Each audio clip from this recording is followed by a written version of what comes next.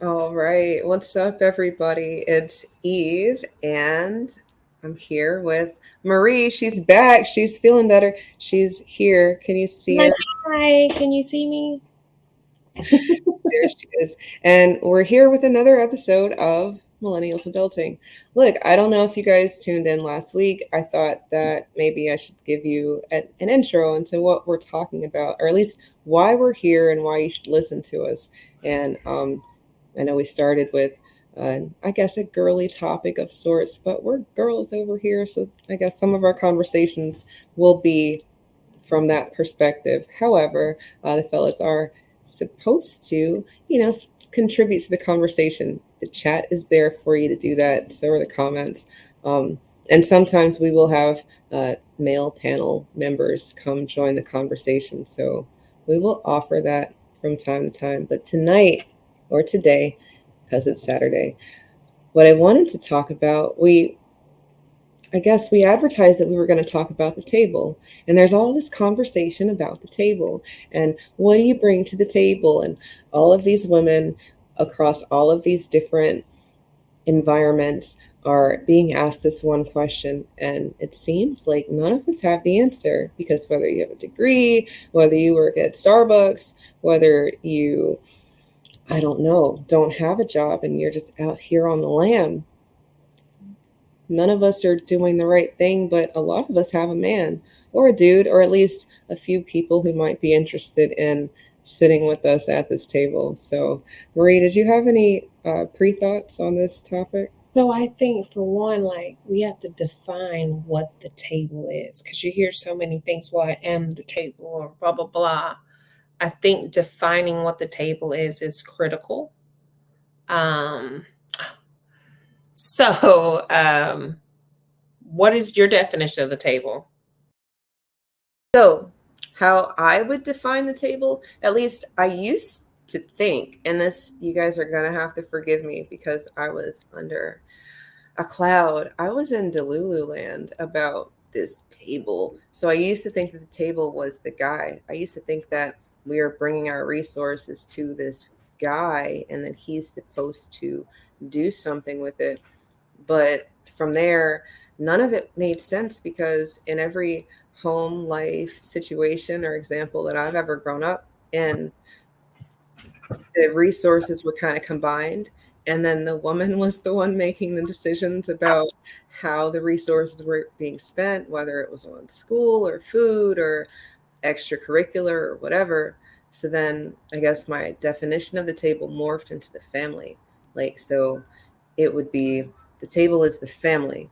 But when I hear these conversations online, nobody's talking about the family. They're talking about, what are you bringing me essentially? And I don't know if we're all having the same conversation or if we need to have different tables, because when we're talking about work, if you're the CEO, you're a CFO, you're some managers in charge, there's a table at work, and you're bringing your ideas and your thoughts, and everybody's having an opinion on what should be done.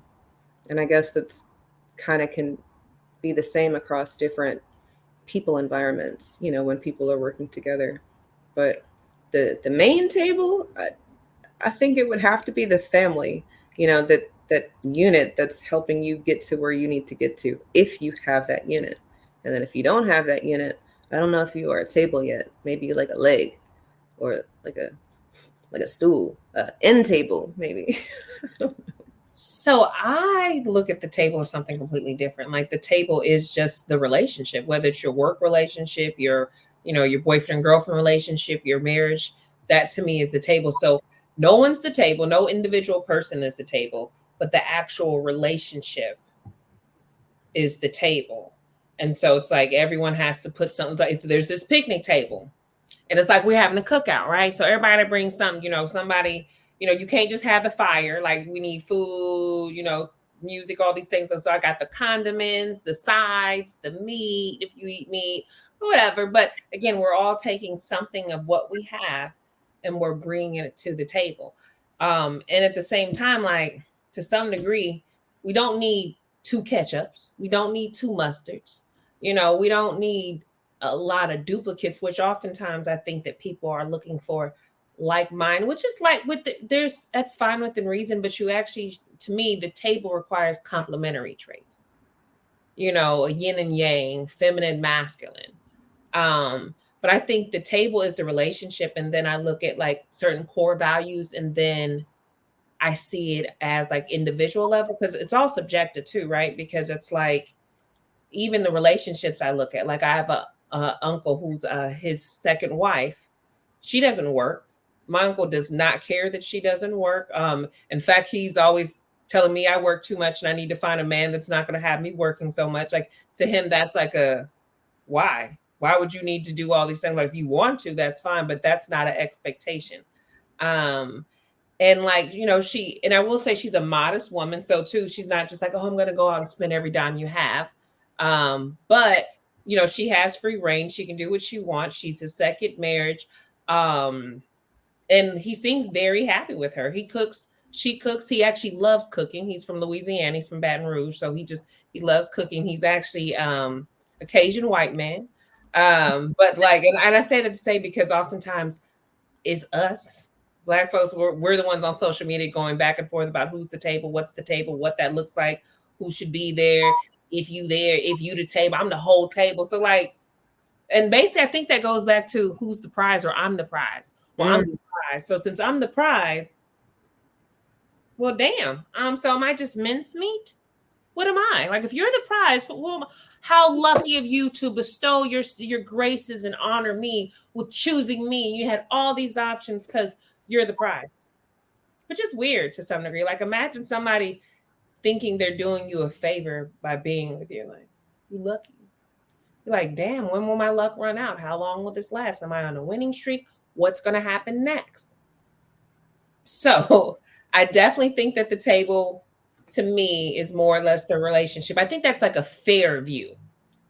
It's not saying that the woman is better, the man is better, and even to say too, what I bring doesn't have more value than what you bring, and vice versa, I like because that, we the need it. relationship.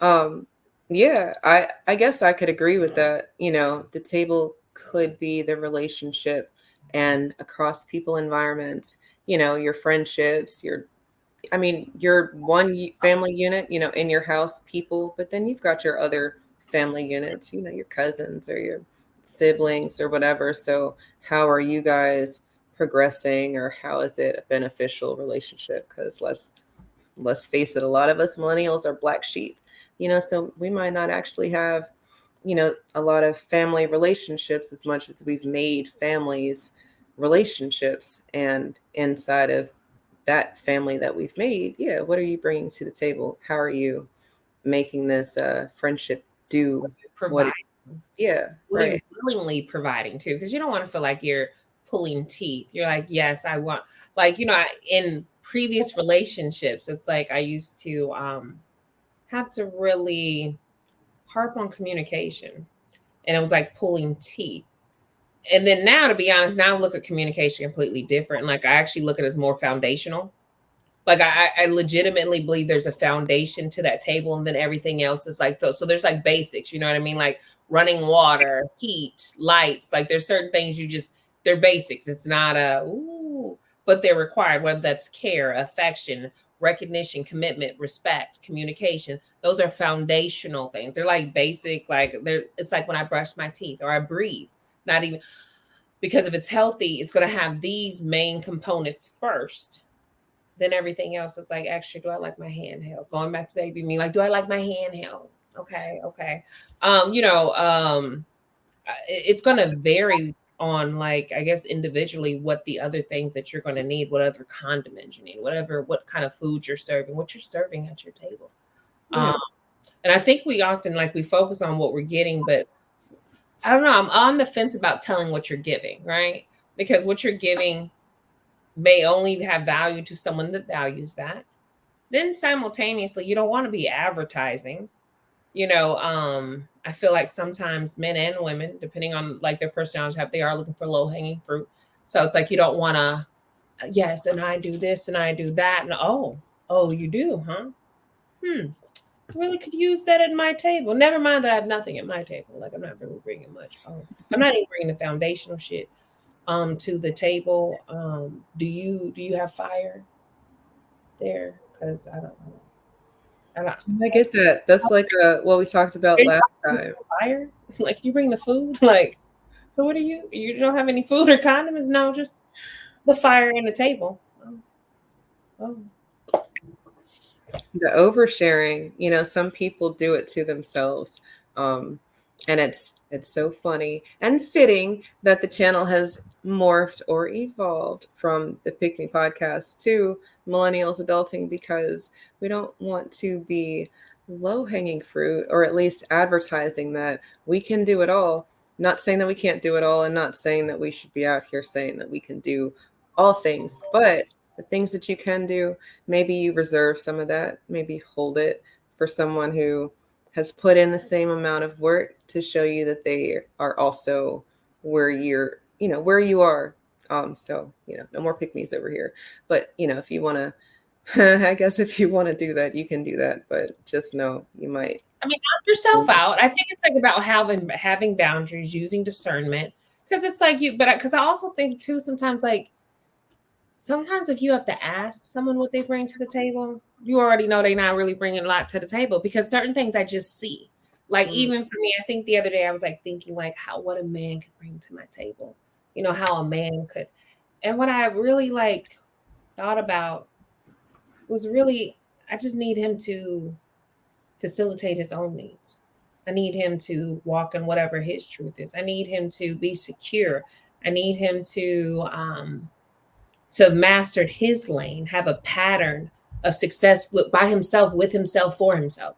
yeah, Because I think one, it's easier to trust someone that already has a positive track record, right? But then simultaneously, it's like if they're good, you're good. Like, because a lot of the times it's like we're in this culture where it's like, okay, well, what is someone going to do for me? But really, I need to come in whole. I need to come healed. He needs to come healed.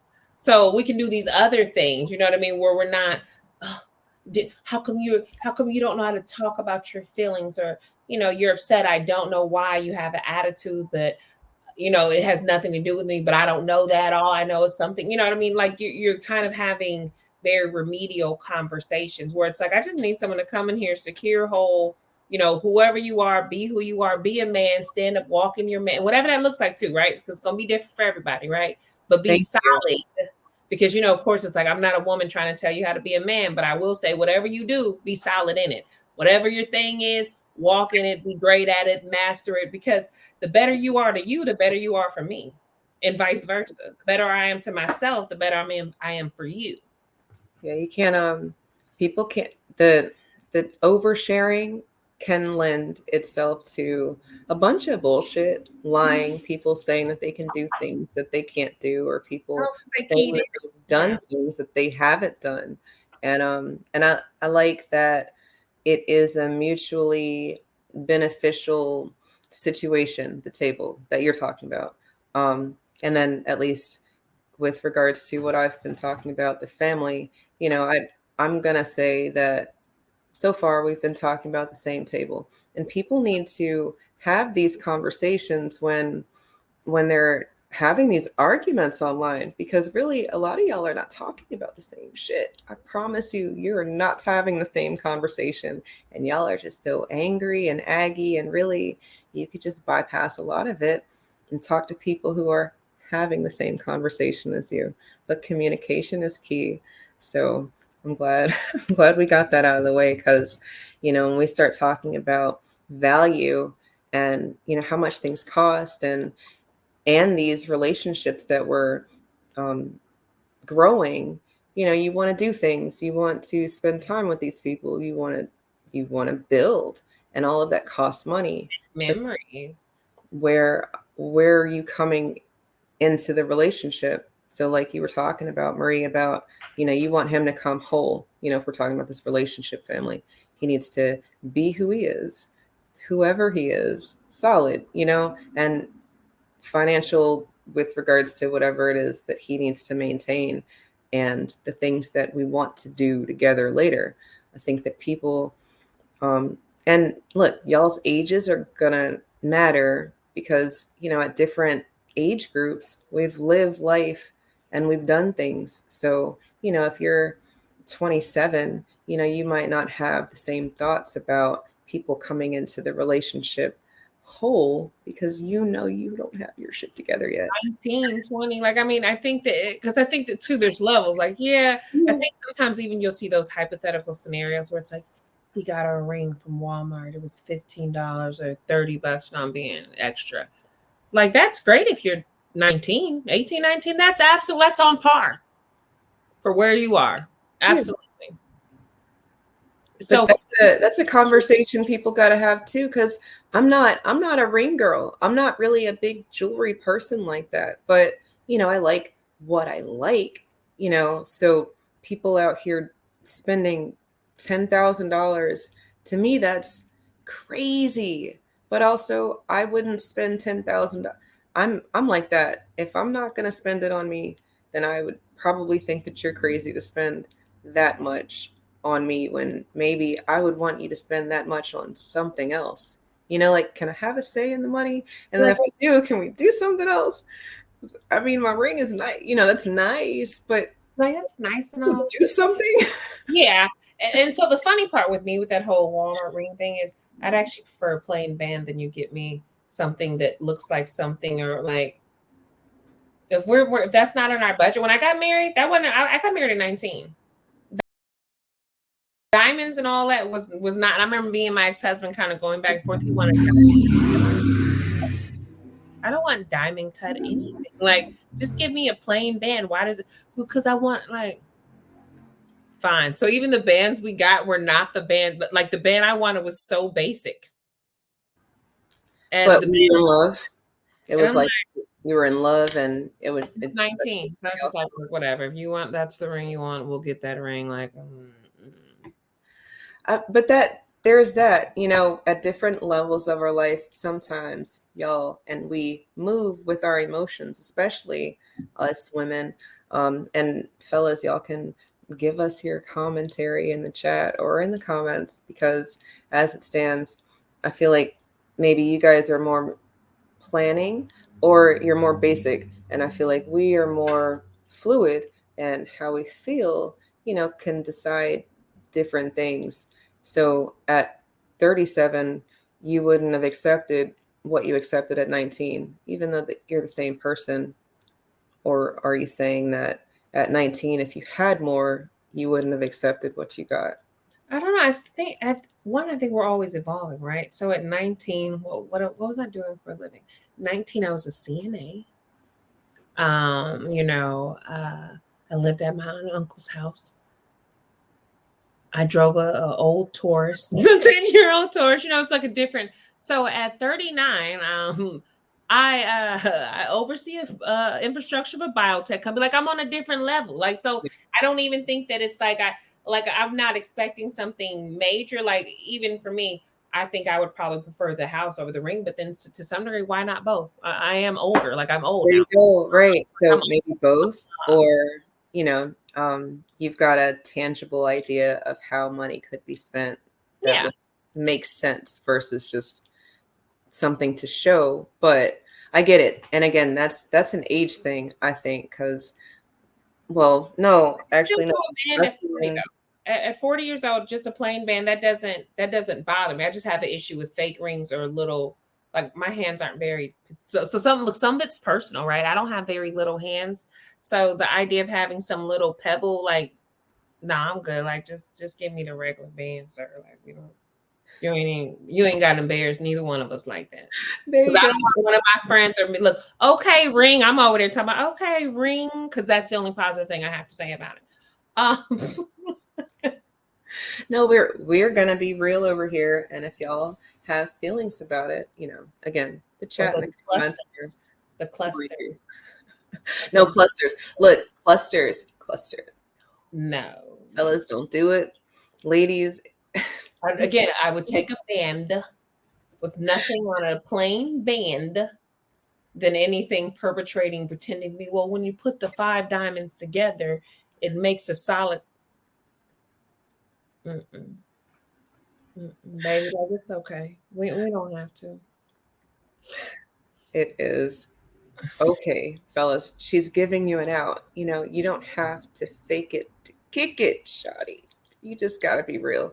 And I think that living your authentic self, honestly, maybe a lot of y'all aren't cool with yourselves. And I get that, society has conditioned you to think that you have to be one way, but you don't have to be one way. You can go your own way. And a lot of times when people go their own way and they really kind of live in their truth, oh my God, I can't even believe I said that because I hate that. My truth, your truth. It's just the fucking truth. But there's a nuance there. When people start living how they're supposed to live, which I guess would be their truth, things start happening. Different doors start opening. You are experiencing life on a more authentic level. And I think that those experiences might matter more. But inside of that big ass nuance, there's, well, I feel like a girl today, or I feel like a boy today. And look, man, people need to appreciate that we have mental health professionals in the world. And if you're feeling all sorts of different ways, you might want to go talk to somebody. That's just my opinion Look on at that. the food. Like, or look at the food, or look at. I mean, there's so many variables to that. Well, there's a lot of variables, but people do not want to give up their hot dogs or their lunch meat or or look, or their Kool-Aid or their vegetable oil. Look, go to the grocery store You can today. name everything I don't eat. I'm like hot dogs. No. Oh no, that's good. Like, That's is why it we have these non-cured lunch conversations, meat? right? Did they get it from Whole Foods Deli? Like, how did it? No, it's Lunchables. Like we talked about that. Right. No, you're right. There's so many different variables for why people start having weird thoughts about who they are or what's going on. But just because I need to get this out and it really bothers, it grinds my fucking gears. Vegetable oil. If you go to the grocery store, I need somebody to prove me wrong. Every single not every single, maybe one. I might have found one that wasn't 100% soy. And to the point, why wouldn't it just be labeled soy oil at this point? Because when you flip Does it it around to the ingredients, it something? says 100% soy. I use peanut oil, avocado oil, or olive oil. I use avocado oil or grapeseed oil, but I always see vegetable oil and I'm like, well, what vegetables? But when I was young and poor, I'm sure I did buy vegetable oil. I ain't had no money. Like I had to I had to make it do what it did. Um, No, you probably did. And that's a that's a lifing moment, or first world problems. That's an adulting term, because what the fuck is a first world problem other than we got some money now and we can do something a little bit different. Your Lunchables are now charcuterie boards. Like, we're sophisticated with a. it's sophisticated. The same shit, just dressed a little different. Again, I'm like, yes, well, no, I do olive oil. You're like the grape seed, yeah. But once upon a time, it was that canola oil or Yes. vegetable oil, and I think it also goes to when you know better, you do better. But then it's just like so it's like as you learn acquire information, you're gonna make different choices. But then also, it's a privilege to be able to buy and cook healthy. And I think that sometimes it's easy for us to speak on it, but then there's so many people that aren't doing well. Even though in my head I be acting like I ain't doing well, and then like I know that there's probably 70% more people to worse off than me, and I'm like, I wonder how they feel. Like, do they just want to kill themselves sometimes? Because I'm real mad today, and I just mad at my government. I'm mad at this. Like, my life is actually like as I head to the spa, I'm going to go get a 90-minute massage. But let me tell you something, that goddamn government, all of them.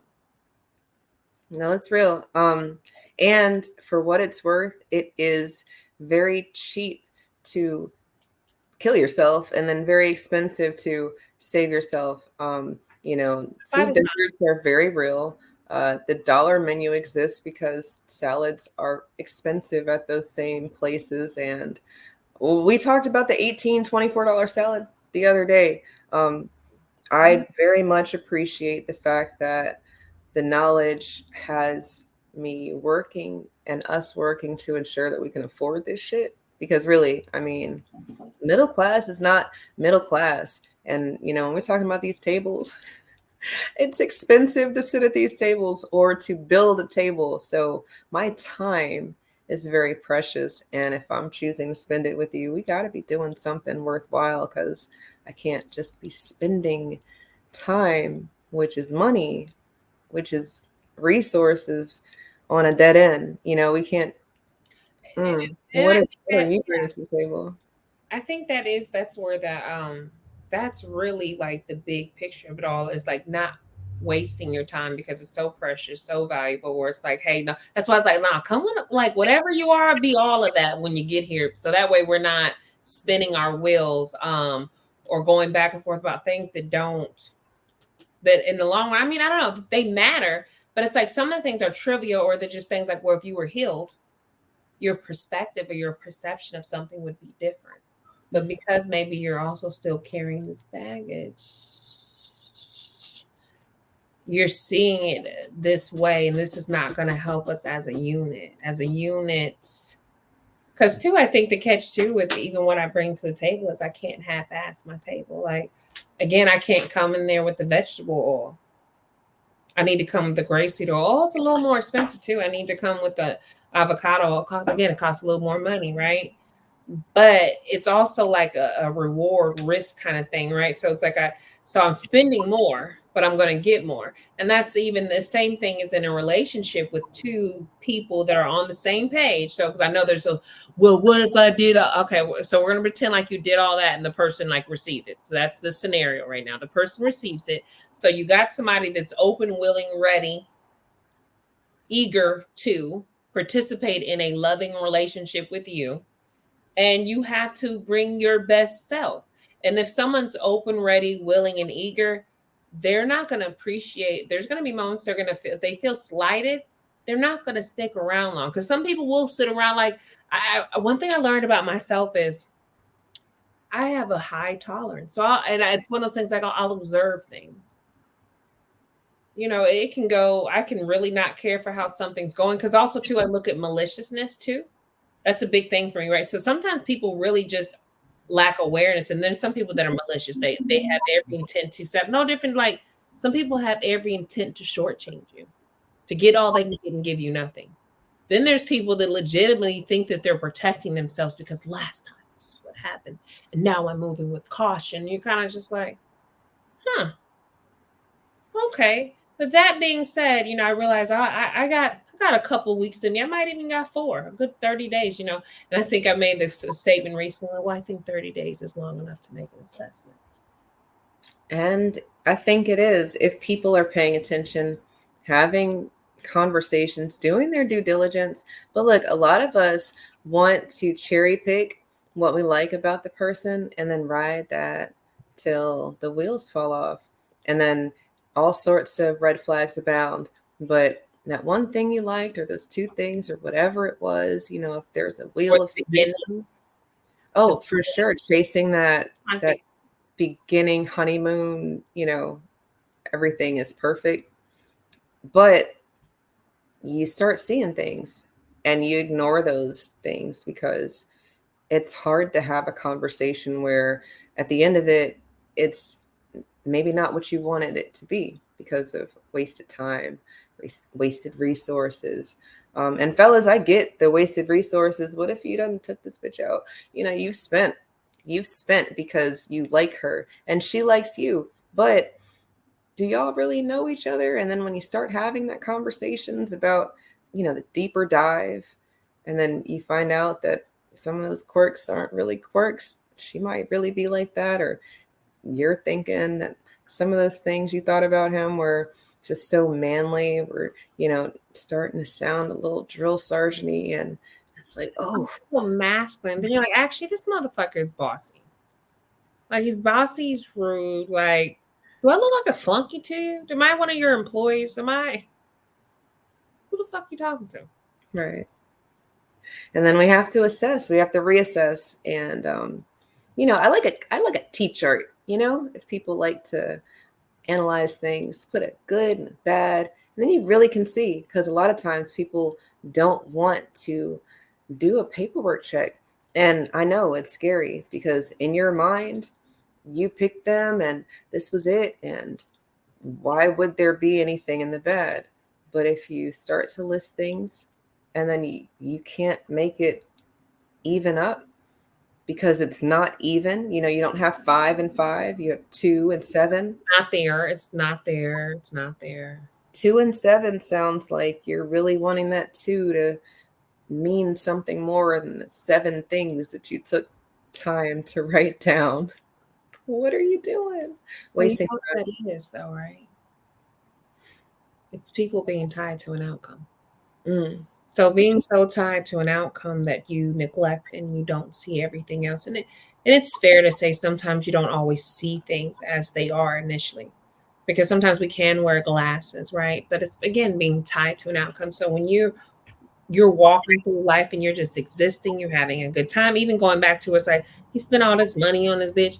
So the catch is if you really want to do something like that, like let's say like you shouldn't be going to restaurants you would normally go to. So if I normally, let's say I'm normally at a Perry Steakhouse or Ruth Chris or whatever, depending on Eddie V's, then why would I should continue to go to Eddie V's. But now if I'm doing something to impress somebody, I feel like it's almost kind of like going back to I think we talked about last week when it was overplaying your part.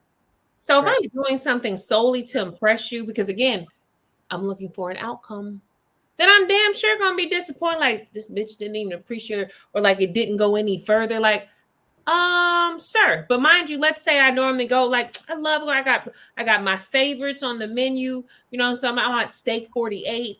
I have my favorite waiter. I come here, I do this. You're just company. I enjoy your company. I enjoy nice company. I enjoy the company of a beautiful woman. Because that's how some men be anyway. So he like, I just, you just here with me. So you're here experiencing what I experience all the time. Nothing I'm doing is special, is not out of character. I could do this with you. I could do this with anybody. And when you kind of move like that, whether if my iPad, whether you move like that or not, I like when you move like that, it doesn't impact you. Like it doesn't have to work out. Like it's not so much about again tied to an outcome because a lot of things are about experiences. We sit and talk about like dating or relationships, like everything is supposed to pan. I had a guy recently that's like, he wanted to know me so much better before we like went on dates, but he always like wanted to see me. And I'm just kind of like, I don't know, like you kind of putting a lot of stock into what needs to occur before I'm worthy of something. And to be honest with you, like I make a decent income, so I'm never going out with a man so he can pay for a meal or something. And then he kind of made some comment like, well, other men have taken you out, it didn't work. Because it's not supposed to work, bitch. That's really what I thought. I didn't say that, but I thought that because I was just like, it's not supposed to work out with everyone. Some people, it is just about the experience. You're getting to know them. Doesn't mean you're sleeping with them. It could be the conversation, the communication. I think what I will say is, and I think I said before, like I kind of started dating again recently, probably September, October. I've like learned things like I like this. Huh. I really don't like that. Um, and it took me actually going out with the person. Like I actually had to go do it to be like, huh, okay, I really enjoy this. So it's like maybe he's not the guy, but like that's going to be a quality or trait or something I'm looking for, or even too maybe I learned something like I learned that while I'm very vocal and I can communicate well when I am removed from a situation, I'm not as comfortable communicating certain things when I'm vulnerable, which means that I too struggle with being emotionally available and vulnerable in certain situations. Like it's easy for me to like speak my piece when there's not much for me to lose, right? But it took me being in those experiences to recognize that, to then be like, okay, I have to fix that. I have to rectify that because I'm asking for people to stand in front of me, be fully vulnerable, fully transparent. And right now I'm doing it, but I'm doing it, because I'm trying to prove a point. But it really is this. Also, if someone's closed off, I really ain't losing shit if I'm being vulnerable at the moment because they're not really asking. So this is all extra. I'm like, I'm performing. So I'm practicing being ta-da, vulnerable. I told you I liked you. I said I wanted to see you. Ooh, like, oh shit. Like I told him there was a guy I talked to. I wouldn't even call him. I actually liked him, but I never called him. And my friends are like, oh, I just let him call me. But I genuinely really liked him, but it was just like, I'm not, I just return calls and answer calls. Um, but I did that because of the communication barriers in a previous relationship, but I didn't realize I was carrying that. Well, no, because when I was with such and such, sometimes he didn't answer, or we just mostly text.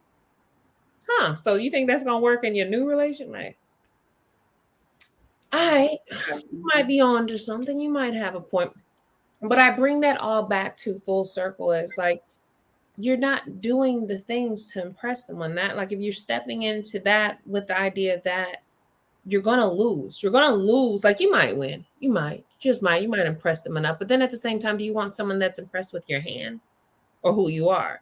So when you move in your authentic self, when you do what you normally do, whether you know what I'm saying, you're at Velvet Taco or that really good hole in the wall that has that really good chicken or whatever it is, when you do things and you create quality experiences, not expensive, but quality experiences, I don't feel like that even if that person doesn't marry you, become your girlfriend, your boyfriend, I don't think you're at a loss.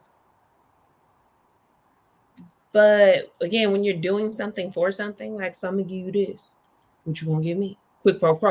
Like I think that that's where how people lose. I can appreciate that example because, when we're cooking, we are tied to the outcome. We put the right ingredients in, we put the oven on whatever it's supposed to be on, or we got the stove how it's supposed to be. We're doing everything right.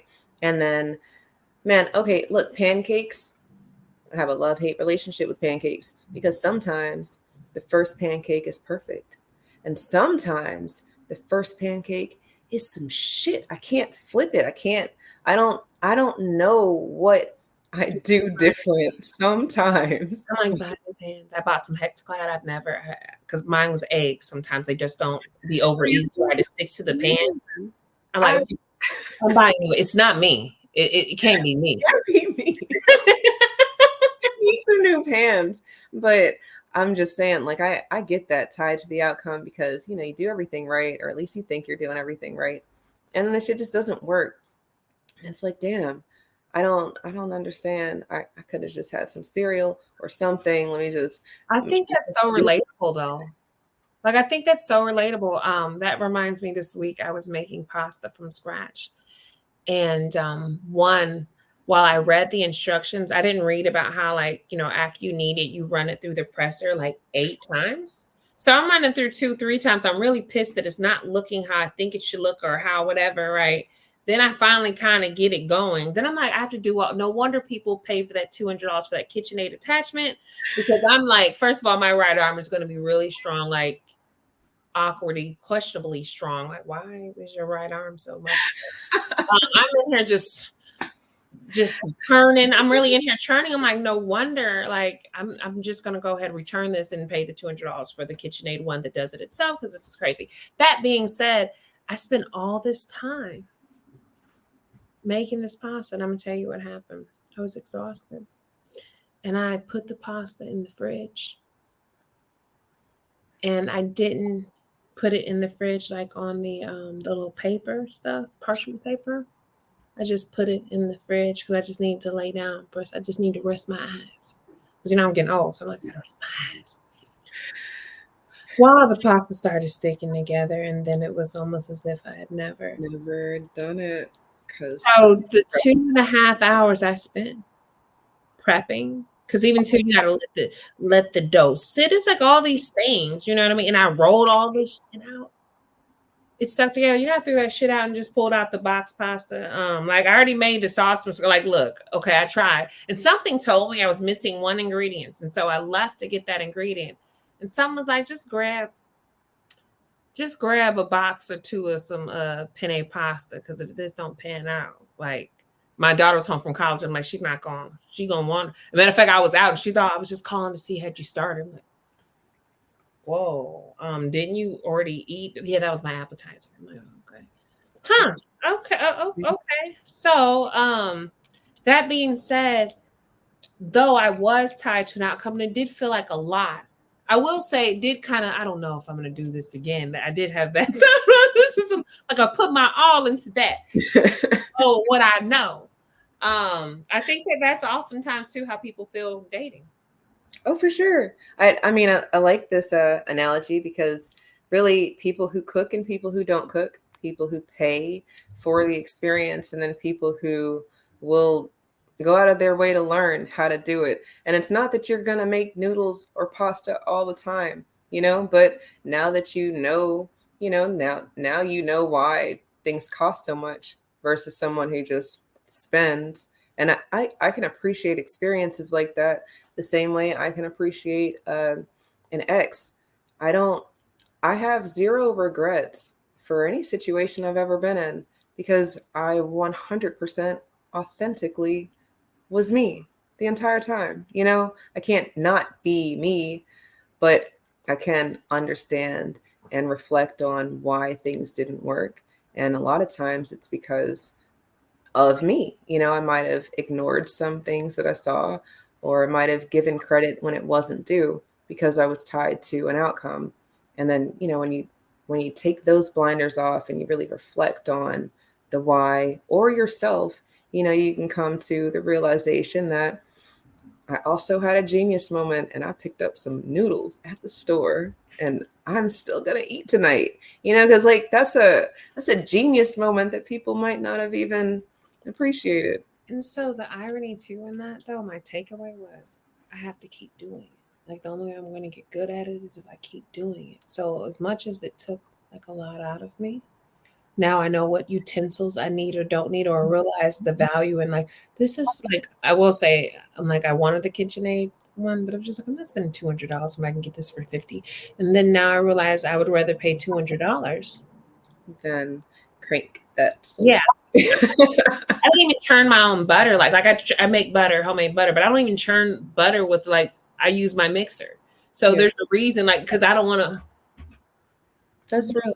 Is it Look, chocolate? Is food it from scratch, people really, it's not so hard. science? A lot of it is tedious. And Yeah. that is the bane of a lot of chefs' existence because it can take 3 hours to give you a meal that's only gonna be eaten in 10 minutes, maybe 20 minutes if we're talking. Maybe we can stretch it out to 30 minutes because it's a lot of people or a lot of conversation I are need to come really back into for more. you. I need to come back for more. That's the like my daughter came back. She's like, my bowl is empty. I'm like, one, you're not a toddler. You're 19. She's like, but my bowl is empty. I'm like, so what are you saying? There's the food. Can I have more?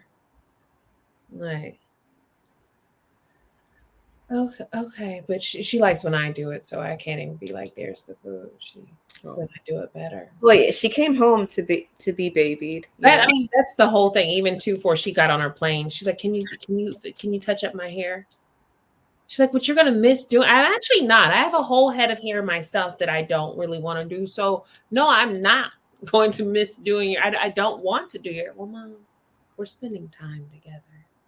Oh, little voice of reason in Like, our minis, like bringing us back to the things that matter in quality time and quality. stuff. Again, It quality, keeps quality, coming back to that. the quality, Absolutely. the It's quality. free 99 to touch up your daughter's edges and the time that y'all get together. We don't have a lot of time, and I find that as I'm getting older, we are the adults in the room now, and not that we're old because there's still a lot of old people in the room, but Oh, I child. just want to wait. I don't want to wait till we're the old people in the room. I feel like when you're the old person in the room, that's when you're wearing uh, matching sweatsuits and I mean, maybe that's when you're old or young in the room, right? Because that's like matching sneakers and yeah, you have matching outfits on. So it's like that is like that's 70-year-old goals, and then that's some 19. yes, there's the opposite ends of the spectrum. We're right there in the middle. And inside of all of that lifing, you know, quality is what matters. And I think that however financial you are, if you have thoughts and you can listen, then you can make the time that you have with the person that you're interested in. You can make that work. And from there, hopefully it's not nosebleed seats at a basketball game. because Well, that. can we talk about that? Just because there's so many areas, like I can understand coming across ungrateful, and then I can also understand that I have a fear of heights, and like being that high up freaks me out. And I always like, what if I trip? What if I fall? And then I stumble and then I die. Like I have this whole like scenario that like really scares me. I do not do nosebleeds, and it's not even just like a bougie thing or I'm too good for that. It's like, no, my anxiety is too rampant for that sort of thing. Like I'm more like I'm imagining multiple ways me falling down, or what if I'm carrying food? Then I trip, I'm trying to, then I fall down again, and then I fly off the thing, and then I land on the crowd, and like I hurt somebody and I die too. Like it's not and then there's the other part where the parking probably costs more than the tickets. So are Yeah. we really gonna act like this is just like, how dare you how ungrateful? You know, it's like it's so many aspects to look at it. Like, what mean should you have asked where the seats were first? When you ask your friends that, like, if your girl, your friends invite you, so where are the seats? Because I do ask that. Like, I think I've been invited to places where even two was free. Like, well, where y'all sitting? Well, I think that that's a very real question. Look, some of y'all are not doing your due diligence, and then you have, you have to sit on chairs that make your ass hurt for 2 hours. And you can't see anything, and really, you could have had a whole conversation. Maybe you don't even like basketball. That look, I was gonna say that. Like, you don't even like sports, so this is even more horrendous. Like, Jesus, I have to be all the way up here. Like I've had good seats and I'm not a big sports person. Like I really good seats. I've even been in the wife's lounge. Um eh, I was bored then, like, oh, like hi oh there's a NBA player. Yeah, yeah. Ooh, you're tall. I don't like No what groupie anthems. No groupieing and groupie. I think I'm too cool for that. I was telling someone else I seen Tina Knowles recently when I went to Sarah Jake's conference and we were waiting for the elevator at the same time, and I couldn't like I was but I was like I just felt like it was rude. Or even like Nipsey Hussle, I was like this close and people were taking photos and I'm like I can't even. So I actually waited till I actually got on the stage. So then he was in the audience, so I got a better pic. I get a picture of him, but I didn't feel comfortable taking a picture. Like I feel like people. I don't care if you're a I don't care how famous you are. You deserve respect and you deserve some sort of level of privacy, or just like there should be some couth or tact as it like they're still a human being. Right, They're right. they're not an animal. You know, this isn't you're not at the elephant farm or whatever. This isn't, you don't get to like you don't do that. Um, Yeah. Yeah. but deep down I do like sometimes want an autograph or something, but I don't like I'm sure they get approached and bothered enough where it's like, and here I am like, can I, like my bad, my bad. No, I feel you, but don't miss those opportunities either. I 100% understand that exact feeling though, because I feel like it is because of the not clout chasing aspect of my personality that has opened some doors to be around people that I don't know that I would have really met had I been all up in somebody's face like, ooh, I'm your biggest fan or whatever. Mhm. And I try to just, again, be authentic, because if I'm out here saying that I'm your biggest fan and I don't know two things about what you've done or who you roll with or what, that'll make me look silly, and I try to stay away from those moments. But Right. I get it. People see famous people and lose their damn mind. So people are deserving. And I 100% can appreciate someone who respects someone's boundaries and their bubble, and then maybe later there might be an opportunity for it, right? Somehow Like, like bump into you. They're like, I was headed to look, not I was leaving the bathroom or something. Like how I think one time I was out and I seen Bill Bellamy. And because like you don't see him that often, I legitimately thought he was somebody I knew from the club. I'm like, where do I know him from? Where do I know? And it was actually some other celebrity boxer that walked. Oh, and I was like, oh, I'm like, that is so funny that I actually thought he was from that bar I normally go to. But it was like I think he was in town. He was like in Dallas doing some type of improv or something like that. But it's just like, I was like, what do you like? Do you wait? Look, I'm just gonna tell him I seen him on his IG. I Here seen you go. Hey, that's safe you. unless they don't have IG. Ah, Like seen you today. But I mean, at the end of the day, like they're people too. So it's like, what do you like? What would you do after that? Anyways, because we went home, we and my girlfriend talking like, so after I meet this person, because even the idea, have you seen this thing? I think it was going around like it's like $1 million or one night with Drake.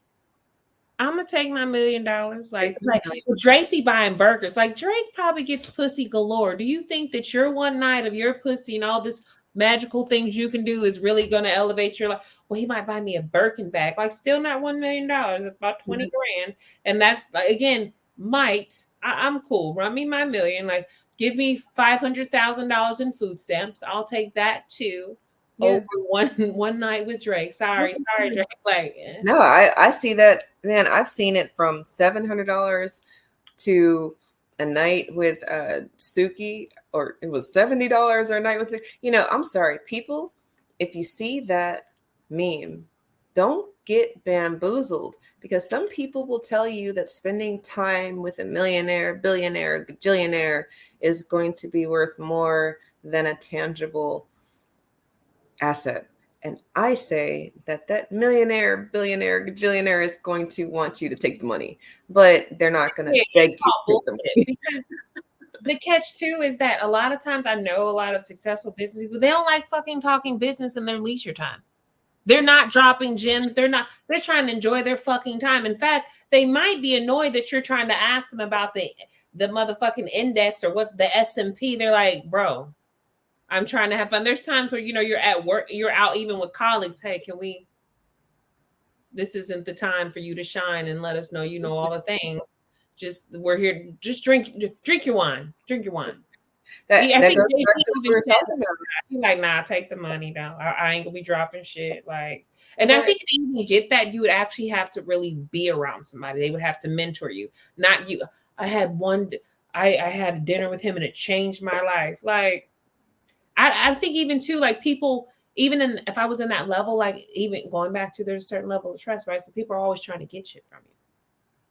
So there's going to still be a certain boundary, a certain distance, or you don't let someone so close. Because I'm sure everyone wants some of your knowledge. Everyone wants some of your information. Everyone wants to put their hands in a suitcase with $1 million. Everyone wants to touch it.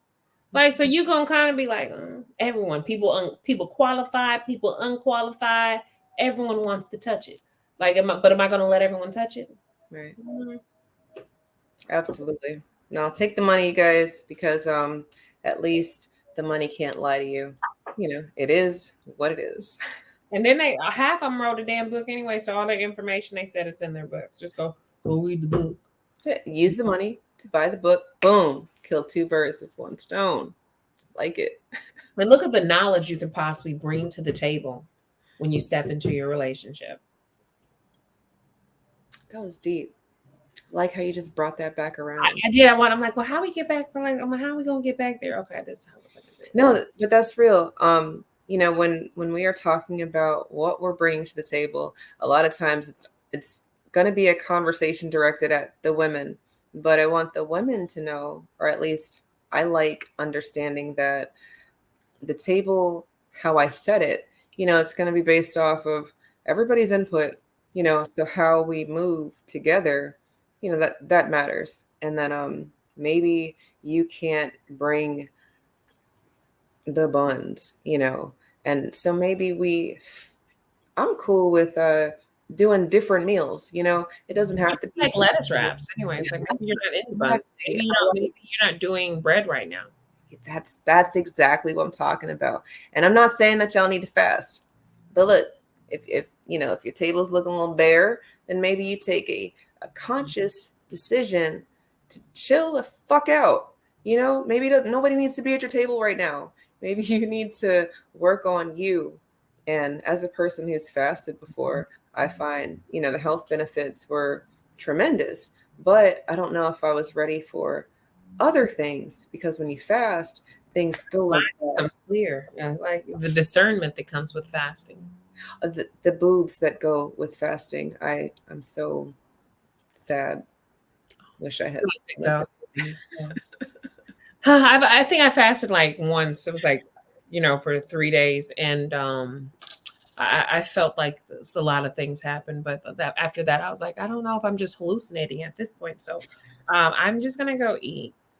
But something I want to say, and I wanted to, you can take it with a grain of salt.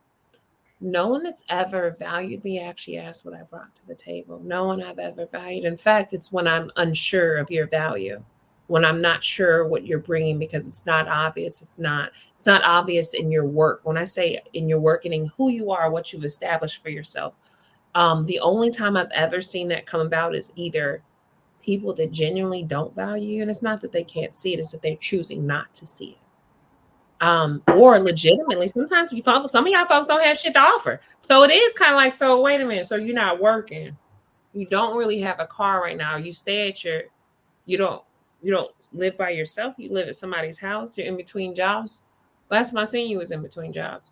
So even too, that's a pattern, right? So that's a pattern of a lack of security. It's a pattern of an ability to provide for oneself, right? So that is somewhere where you can, and matter of fact, I don't even think you asked that question. You're fully aware. No, no, no, no. No, no, no, no, no. You're not even finna invite me to a barbecue. It's gonna be a fire because you ain't got shit. And you probably borrowed the fire. So we can't do that. But when you, let's say you're really walking like you're open, you're whole, you have awareness for yourself and others, you're not really like, even for me as a woman, when I get to know a man, I understand how I can serve him, what his needs are, how I can be like what qualities I have right now. Not like, well, girl, I'm gonna learn another language and then I'm gonna do this. And I took this stripper pole class and nah, that's not me. Like, I'm not overtly sexual. Doesn't mean I'm a prude, but you're not gonna get like, that's not. I can cook a good meal. I'm funny as hell. I will drop some knowledge. I'm good with business things. I'm a great companion. But I can pick your kids up from school. Like, there's certain aspects I know, like, okay, I look at this man, I look at his work schedule, I look what he does, who he is. Okay, he gets home at this time. How can I how Add can I value. how can I add value? How can I show up for him in ways that matter to him?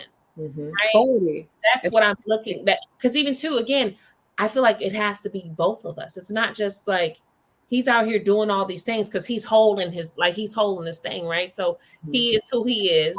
And if we come together, we merge our worlds. Like, I already see how he's gonna be there for me. But how am I gonna be there for you? Do I want to be there for him in that way? Those are the things that matter to me. But at no point have I ever seen a man that I'm watching how he moves, I'm watching how he operates, and be like, so what you bring to the table? I don't. I've never, and honestly, any man has ever asked me what I brought to the table, he never fucking valued women anyways. That's a very real statement and sentiment, and I will have to agree with you that I've only really heard it directed towards me from maybe someone who was choosing to ignore my value or trying to make me extra competitive. And I can appreciate being competitive, but I don't appreciate being played. It's different, let me compete and cheer me on because I'll win. But don't be a false battery because that's something that's unreliable. And I guess I don't know if I've ever asked a man what he brought to the table as much as our relationship. If I'm in it with you, then we've already had a conversation. Like me and my dude, we had a conversation when we first got together years ago, like when we were kids. And okay, maybe we weren't kids, but when we first got together, we had a conversation about what we were doing. And from there, through the ups and downs and ins and outs, it's been very constant, at least how we're supposed to be making our family work and, that table that we're choosing to pour into and sit and have people eat from. Because, at the end of the day, what are you giving people, or what the fuck is the point of the union or the friendship? What you Yeah. want, your shared values, your goals, what you would like to do together, or even to what do you want to do? Right. Does what you want to do align with mine, or can I facilitate that? For me, for example, like, I'm kind of done with my ladder climbing. Like, at best, I might want to do some passion projects. I enjoy my career. It's very easy. You know what I mean? So for me, it's like, so if I were to choose a man that's like all into his career, needed someone to support him, that actually works for me because I'm not. But there was a time in my life where I'm like, I ain't got time. I got all these things I'm doing. I'm trying to be here, there. I'm Superwoman, Wonder Woman. I do not have time for that. I cannot support you. Like we're both doing the same thing. I Mhm. think even one time I had to tell a man like he thought that I was better than his significant. Like she could just be like you. How would she just be like me? Being you both in different hotels in different states. Who the hell's watching your kids? Mm, You want her to be like me, but that doesn't make sense for your life. right, So you right, might want to, appreciate, but it's so easy for people to not appreciate what they have, even though it's what they need. Like, well, you think you want that, you don't want a woman that has like, because even too, I'm strong minded. I think one time I watched him not let her get drapes, and he made a substantial amount of money, but he's like, well, we're going to sell this house in a year and a half, so she can't get drapes. That could have never been me. Like I'm getting the drapes. Like, but because again, she's your housewife that, she in your mind she isn't doing anything and she's not career oriented or driven, she doesn't have the same say so because of how you feel you are as a provider. Now I know men that are providers that would never act like that. Just the baby want drapes, baby can have drapes. right. That wasn't his personality. You know what I mean? So it's kind of like you're actually low key controlling. So I actually, while you admire me, I would not be the woman for you at all, sir. Sure. No, that's real. And when they are giving us the unadulterated truth, about how they are, we need to really listen. So if you happen across a conversation where you are getting the homeboys talk, how he's talking about other women, pay attention to what he's saying because you are woman. And I'm sorry, no amount of homeboyisms is going to make you not be a person who has ovaries and breasticles and a person that he might be trying to bang at the end of the day. So just throwing that out there. They're very honest when they're not talking about us to us. Just listen. But anyway, millennials adulting. Tonight, the table, I think that the table goes into the communication conversation. Because if I'm a vegan and you are a carnivore, the table is not going to work for us in the same respect. If I have abundant resources and I'm looking for someone to share it with, and then you have zero resources and you're looking to eat, that might be an unequal table. Maybe you might seem like that, it might seem like that's where you want to be or where you need to be. But when it comes down to how everything is working out, if someone's always giving and someone's always taking, then that relationship might not be balanced how you thought it would be balanced. We're both bringing two different things. So why isn't it working out? Or, maybe you got two catch-ups and you don't need all of the same shit. I like what you just said about your man. You got a lot of really good life experiences that I'm gonna like to use because One day, when my book with we'll name put it change, here on the channel.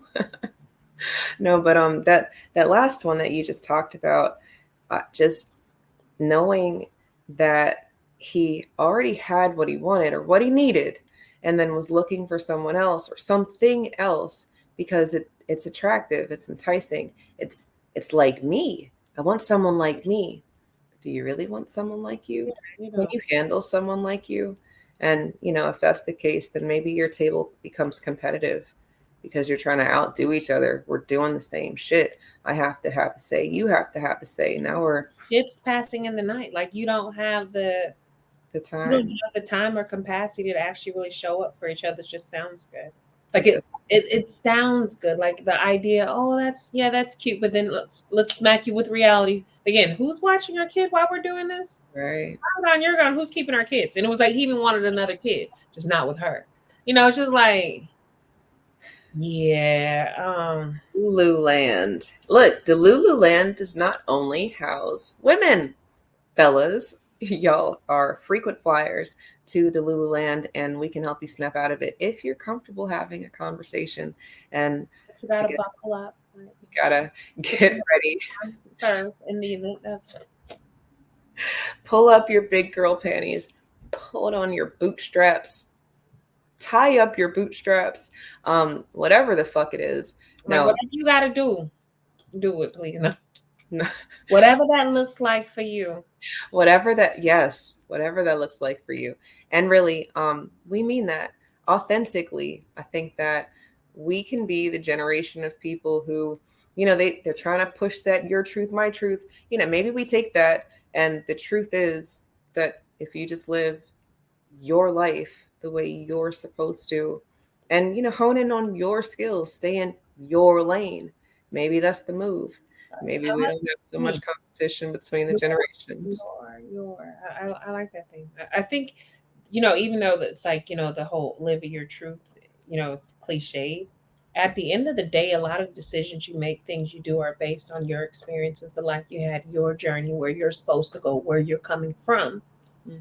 Therefore, it may look different. I think I knew someone that sometimes would think I was lying about things, or like my response was just too. And then one day they're like, "You actually believe the stuff you're saying, huh?" Like they were really kind of baffled a little bit. Like, you really genuinely believe this? Like, and I'm like, why would I say it if I didn't? Absolutely. Because there's so many people that are saying the right things because they think it's the right thing to say. Like, I legitimately just say what I believe is right. And again, I could be wrong with someone else, but to me, this is what's right, or this is what I believe to be fair or just, or and I do try to operate in fairness, for the most part, or just kind of giving people not necessarily a benefit of the doubt, or just understanding that everyone has a different perspective, a different experience, and those things shape their narrative, their view of the world, the decisions that they make. And I think it also gives you insight to be able to do that. But it does make you seem like you're straddling the fence sometimes. Oh yeah. Oh yeah. But there's that thing. I think I was telling someone recently. I said, I might think it, but I don't have to say it. And like, well, you're no, no, no, no, because there's a thing called coot. There's a time and a place. Like, here we get on here. This is the podcast. This is millennials adulting. This is the place for me to maybe address or express myself. But now in private, or when I'm at my outings, I'm probably like, you're so quiet, or you don't have. Oh, I'm thinking. But sometimes it may not, my presentation may not be good, so or it's not necessary. It doesn't add value. This is That, not what this is. There's a time and a place and a form for everything. and everything doesn't need to be said, but some things do need to be asked. And I feel like that just being honest about that, that'll that will set people in a better mood about their decisions, really. Like you said, a lot of our life and how we've lived is ours. So if you don't own it, then you'll be very afraid of, you know, living or experiencing. So you won't have quality. Your table will never be set. It will be lacking Regret too. for Lots of sure. And like I said, I regret zero, zero of my experiences with people because it's always been a learning experience. I've always taken something from it and gotten better for it. So at the end of the day, you guys, I want you to think about your table. And maybe we are all tables, little end tables, little pieces of tables. And then as you get into your relationships, what are you adding to, or how are you adding to it? Are you adding value to each other, or are you just eating? If you're just eating, maybe you need to find a buffet. Maybe maybe they're giving out stuff for you on some corner somewhere. I don't know. Let's not be selfish, you guys. I think you should join us next week for another episode of Millennials Adulting. We will be here on Eve. That's Marie, and we'll see you next week.